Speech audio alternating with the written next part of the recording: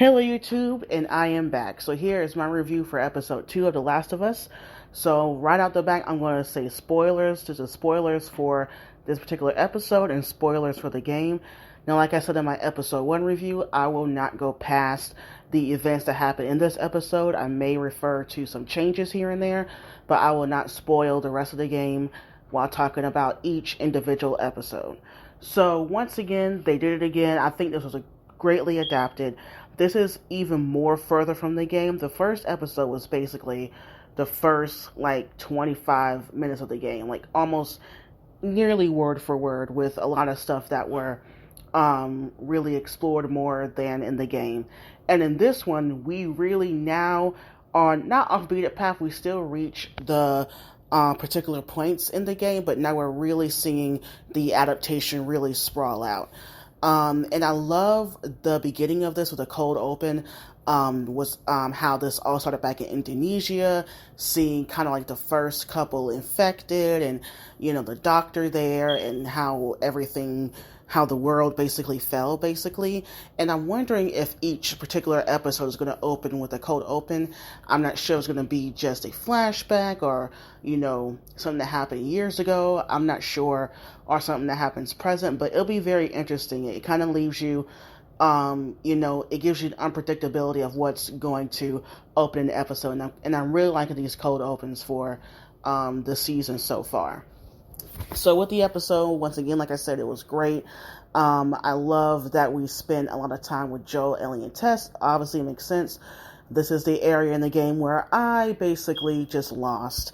I've tried to play this game, and this level is very extensive because you're learning how to kill the clickers, and you have to learn stealth and, throwing bottles to distract them and all the other stuff, and I just could not do it. I'm really terrible. But in this version, it was really practical. I love how they explained the clickers basically using echolocation. They cannot see, but they can hear, so you better be careful. And also a new thing that they added here, I'm not sure if I mentioned this in my previous video, but the tendrils, we see more of that coming out of their mouths. That was not in the game. I think that creates a really great kind of like grossness and kind of horror aspect to the infected. And also with the mycelium connection, where you step on a vine or a mushroom or fungus vine or whatever, and all them zombies, all the infected are activated or whatever. That's a whole brand new thing, and I think that's a great thing to put into a show, because once again it raises the stakes. And I think why that would not work in the game, because I think it'll make things harder, like things aren't hard enough. But you kind of want to, I don't want to say get through the game, but you kind of want to play and search around. And plus they capture all things, like it's all gameplay. But here it helps with increasing the fear factor of the infected, and I think they looked fantastic. The makeup on here is great. I love how they look. It looked very practical. The behind the scenes, they showed how they made the clickers. It reminds me of The Walking Dead. To me, the best parts of The Walking Dead sometimes, but what they've gotten right were the zombies, and the makeup was, A+ the whole entire time. And so I like what they did here with the clickers, and hopefully what they will do with in the future with other versions of the infected. And I love the tense moments. I love how they really gave out exposition without spoon feeding you. They've done it in very interesting ways. I love the dynamic between Joel and Ellie and Tess, and how they bounce off each other, and how we got to learn more about Ellie a little bit, her age, and how she got infected. And another change in here is how she really proves that she is immune. After Tess dies, they go into the sewers under the Capitol, and Joel puts on his gas mask because spores are coming out, and that's from the infected. And Ellie is not wearing a gas mask, and he's like, dang, how do you, how are you able to breathe in that? She's like, I'm immune. So, hey, I am immune. And then this one, they changed it to where an infected bit her yet again, but it's not any worse. It's still the same. While when Tess got bit, immediately you can see, the fungus growing into her neck, and it's already worse. And I love how they did that. And when it comes to Tessa's scene in the Capitol is totally different. It has the same message and it has the same kind of through line for her, but the way they changed it, I really liked it. It's more focused on the infected and how they're all connected and how, dangerous they are and how they come in.